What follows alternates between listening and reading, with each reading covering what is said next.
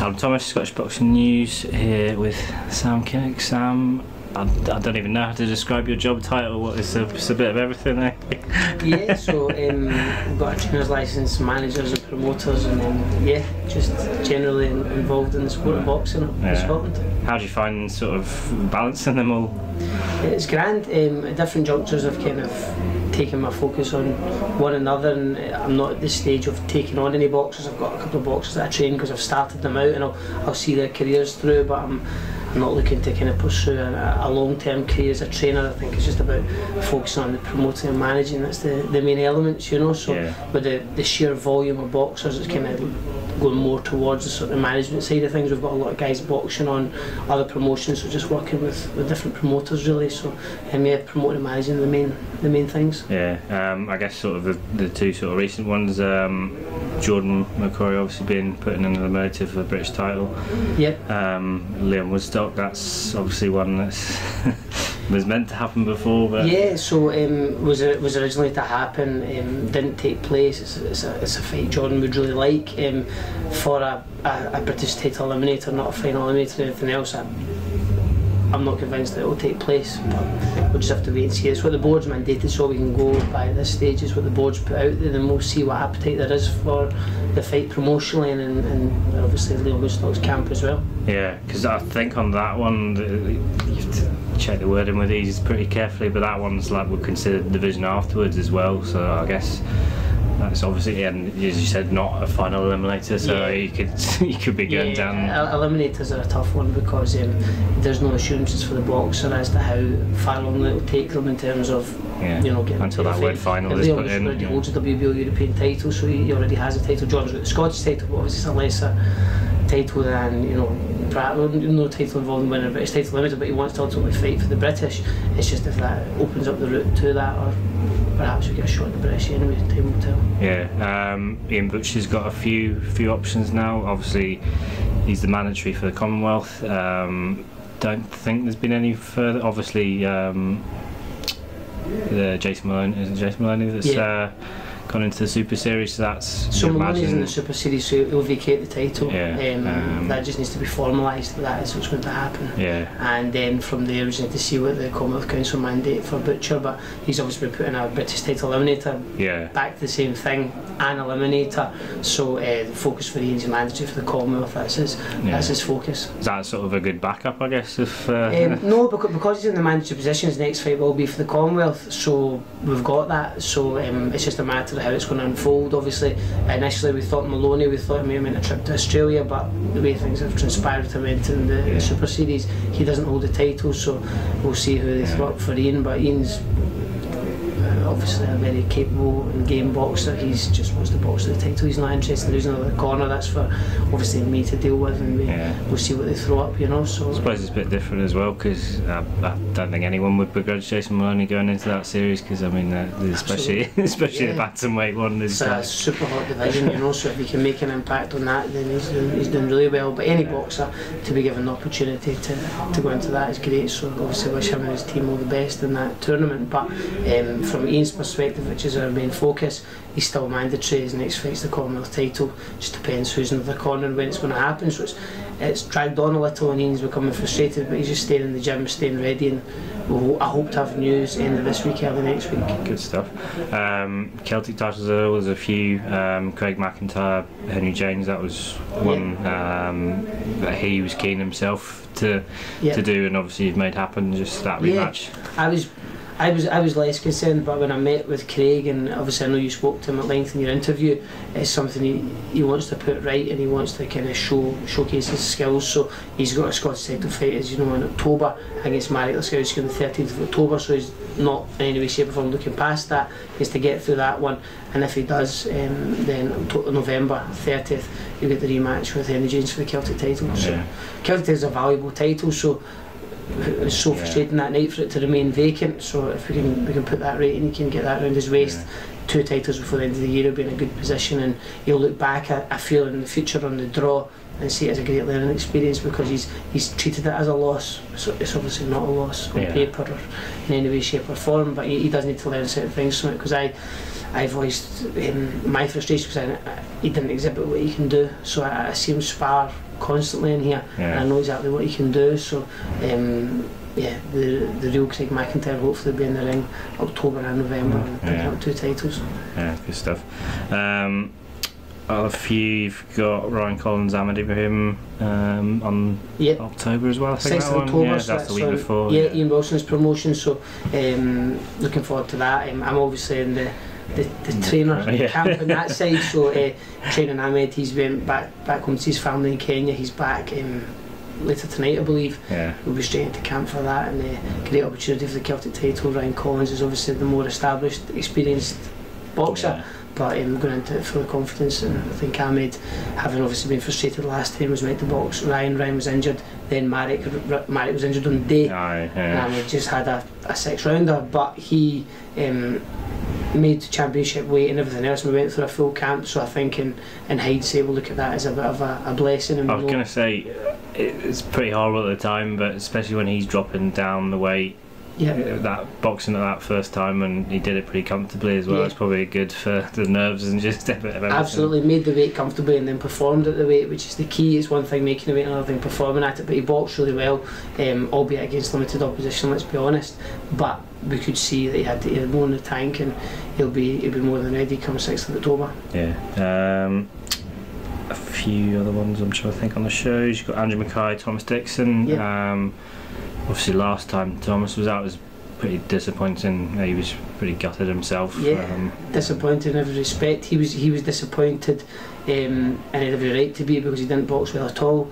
His trainers are disappointed because obviously they know that's not what they're training for, so they expect better performances. And Andrew has had a frustrating time himself in terms of an Inverness promotion was cancelled. Andrew's had some other issues outside the ring which have allowed him to not box on other shows when he's had opportunities. So for the two of them, it's a real crossroads fight, and the winner's going to put himself right in the picture for the Scottish title and the Celtic title, which was just been contested between Ibrahim and Collins the week before. So he put himself right in the mix. Good stuff. Paul Keane, Stefan Sanderson, obviously that was one that was meant to happen, but rescheduled. So both can't see beyond themselves winning. They're both undefeated. They're both under the MTK banner, so it's really exciting, and both are in full camp, training hard and looking forward to it. So they're both bringing big supports. It's kind of ticking all the boxes for being a really good domestic clash. Obviously Paul boxing his J-Burn last time, and latest Stefan been injured, but Stefan's had a really long training camp, so he's going to be ready. So he's bringing his A game and feels he's going to win, and as does Paul. So may the best man win, and in that sort of set of circumstances, that's the Scottish title for the victor, and then they can then proceed to look on to the Celtic or another route. So it's a good fight for both of them. Is Paul's Celtic title up for that one, or is it just the Scottish? No, because it's a BUI Celtic title under the Boxing Union Ireland rules. It has to be one Irish boxer. So whether Paul ever defends that remains to be seen. He'd have to box an Irishman, so it's a bit of a limited one. But he's got that belt, and that's obviously an 8-round duration belt. This is a 10-round. There's more options in terms of defences with this one, but it'd be his second title in as many bouts. But obviously for Stefan views it as his first title. He's done an 8-rounder quite early in his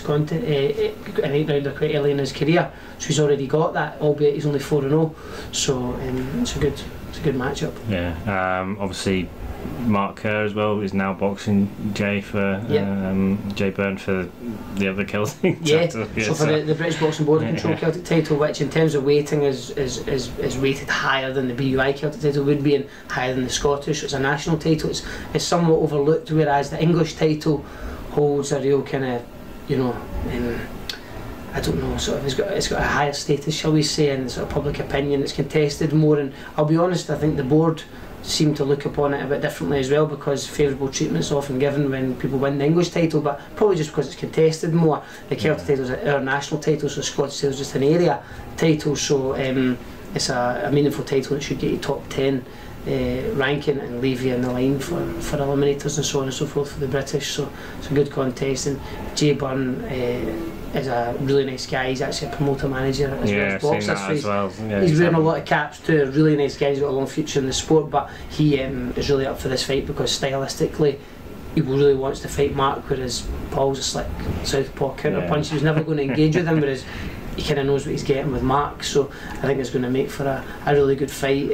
But again, I'm wearing the hat. I've also been Mark's trainer, so we're kind of working out behind the scenes on that one, and I'm really confident in Mark for that, you know. So it's a good fight and just at the right time, you know. So this was penciled in before Jay stepped in at relatively short notice against Paul Keane. So from Paul's perspective, he boxed him because Hansen pulled out, but Jay has had a very long camp for this one, and this is kind of what his focus has been on, you know. So he would say he didn't have a long camp for Paul Keane. He's really a different fight this time, and that remains to be seen on the night. I see.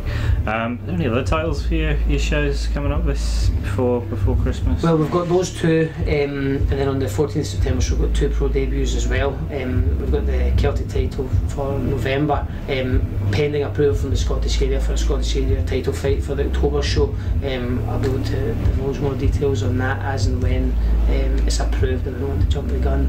So people from the Scottish area council watch these interviews, and I don't want to do that. But yeah, that's where we're at, and we've got a couple others penciled in, but none that are kind of for public consumption at this stage. But quite a few different things we're looking at. There was obviously on the last show to touch upon having the WBC involvement with WBC Silver title for Hannah Rankin, and she's now secured a shot at the full WBA world title up at super middle. So that's great. So she's travelling to New York 4th of August. So that's really great news, you know. And it's good to see people investing in themselves, picking up a title, working hard for the career, and then get their shot. And obviously, what we just discussed off camera, the female aspect of the game is wide open. She can move really quickly. We've got a female boxer making her debut, Adele Craw, after summer, and I've told her, like, you know, work hard, get the right sparring done, because in terms of competitive experience, you're not going to gain a great deal before you really have to push on, and that's what Hannah's done. She's just back from camp with a pound for pound #1 female in the world in Kiev, you know. So it just doesn't get better than that. She's given herself the ground and working hard in the gym, investing in herself in terms of fights, and she's reaping the rewards. So hope for the same when Adele gets her career underway after summer. You were obviously looking previously for shows in Inverness and Dundee. Yep. Are they still something that you're looking into doing? Yeah, absolutely. So in terms of Inverness, Gary Kynoch has got some issues with his licence at this moment in time, and he's not in a position to box. So until that's resolved, I won't really be looking to go to Inverness, because obviously Gary's a huge part of that, along with Andrew. But we wouldn't necessarily go with just Andrew, whereas we might look at it down the line. But at this moment in time, that's kind of on hold. Dundee, very keen to get to Dundee, but I'm just having real issues with securing an appropriate venue. So hopefully that's something we've rectified realistically now for starting next year, because obviously Paul's a September contest, and then you have another one before the end of the year. So yeah, I'd say we're looking into early 2019 for Dundee. I suppose this is all hypothetical. If Paul did win sort of his next contest and having a shot at sort of maybe even a British and bring it to Dundee, I mean, that's something that is... Paul's one of the best supported boxers in the stable, and he's bringing a huge support from Dundee, and they're coming out time after time again, coming to Glasgow, and I want to show the Dundee fans that we appreciate that and take a show to Dundee. I'm looking at a couple of kind of out there ideas in terms of venues, so that's something I'm working on. That's a kind of longer term thing on larger scale, but I'm looking at some different things, so it's something we want to deliver for Paul. But just he knows the kind of rigmaroles I've been involved with him and his team. They've been to the meetings with me, and kind of, you know, some of the situations we've been close. I don't know if there's been an issue with another promotion today. I'm surmising that that's the case. There's been something that happened, an incident at a white collar event or something, and there's some sort of issue in Dundee. But yeah, there's a real lack of venues in Dundee, but we'll get there. We'll deliver something up there for him soon, because we've got Sean McKibby, whose debuts 14th of September. He's from Dundee. Dean Sutherland's just up in Aberdeen, so we've got a strong contingent through there. Are you sort of looking to sign anyone else for the stable? Yeah, so under management at the moment is 30 boxers, and I've got one I've just signed. He's up in front of the Scottish Area Council on the 29th of this month, so we'll be announcing his signing after that. But he's a red hot talent. He's taken some serious scalps as an amateur, including guys who are now doing well in the pro ranks, so he's going to hit the ground running. He'll be debuting after summer, but we'll have to wait until so that's he's signed off with the Scottish Area Council. But yeah, this is a really exciting signing there. And then one or two others, we've got a couple of boxers that will do their debut after summer.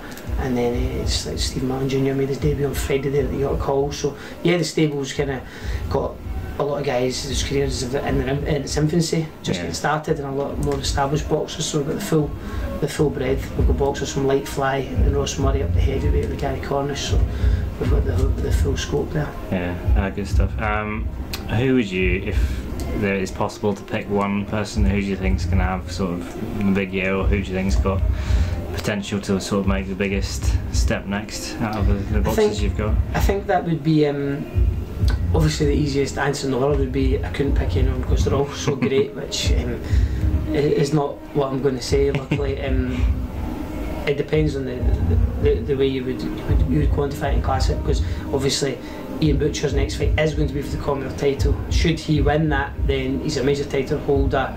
That's a massive step, and I've got every faith in Ian pulling it off. I respect Dean Sutherland, had a great debut, he's only 19, so what he could do in relative terms over the next 12 months as well could be quite standoutish. But yeah, it just depends, looking at kind of where people are in their career and so on and so forth. You know, Ross Murray's looking at another title shot, he's improved vastly under Craig Dixon. Jordan McCorry, I think he beats Leon Woodstock, I really do, I've got every faith in that. And I'd put him in with any super featherweight, and he'd step in with any of them. He's one of the easiest boxers to deal with. He's, you know, talk's often cheap and boxers want this and want that, but then don't really want it. Jordan just wants to box, and he's a good honest pro, so I think Jordan can pull off a couple of real upsets, you know. I think a lot of people looking back at where Jordan was in his career, his boxing ability, I will say, a couple of years ago. He's a much more refined boxer now, and he's in a really good place, he's nice and active, so yeah, I think Jordan can do something. But there's a whole host of them there, and a couple of dark horses. I mean, whoever emerges at Keenan Sanderson, you've got to fancy to go on and do something. If Mark Kerr moves on to 13-1 after beating, if he beats Jay Byrne, then I mean, really he should be ready for a big test, so we'll just see. Exciting times, I guess, for yourself. There's a lot on the cusp of it. Yeah, definitely, that's it. And then a couple of new signings. Craig Kelly, he's boxing on a program show on 7th of September at Strathclyde Park, so he wants to get back in the title mix. He's in that middleweight division, so super welter rather, so he's eyeing the winner of Kane Sanderson. He also fancy boxing Mark Kerr. He's been quite open about that. So you know, so it's a good mix. And just basically, boxing is all about fulfilling the potential of each individual boxer and looking at them case by case. It's not about signing, you know, of the 30 boxers. We're not going to have 30 world champions. Indeed, we're not going to have 30 British champions. But just taking each boxer to their level and down the best possible route, keeping them busy, and then the rest's up to them, you know. So they're all getting lots of bouts and just see where it goes for them, you know. So it's exciting. It'll be good to see who does what in their career, because we've had over the last couple of years a frustrating time. Mohamed Babazedi had to retire on medical grounds. Stevie Beattie, two guys who really could have done something in the sport and just couldn't really get their careers off the ground, both retiring undefeated. So it's frustrating, so you never know what the future's going to hold, and somebody who might be earmarked for attaining a Scottish title makes it past that, you know. So turning pro, Mark Kerr probably said the Scottish title first. He's got a Scottish title now, he's going for a Celtic. After that, he's going to be looking to get in the British mix. So yeah, stuff. We'll see where they'll go. Getting tickets for the shows, what's the best way to do that? So I would always just say social media. If people go through that route, and on the fight posters we've always got kind of like the gym's telephone number. People can just pop in here, Portman Street in Glasgow. That's the best way.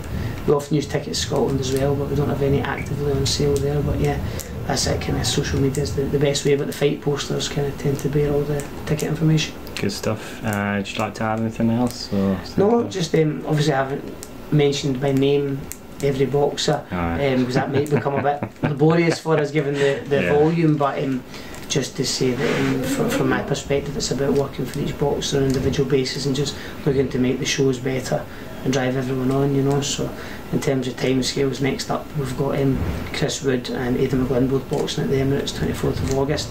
Week after that, up to Aberdeen for Dean Sutherland, he's boxing on David McAllister show up there. So it's good. It's an interesting perspective sometimes to be there not in a promotional capacity and just there with the boxers. So but yeah, just representing each box and doing what we can to kind of been doing this since, you know, the first show was June 15, so we're a few years down the line now, just trying to push the sport forward and keep making good fights and running good events, really, you know. Good stuff.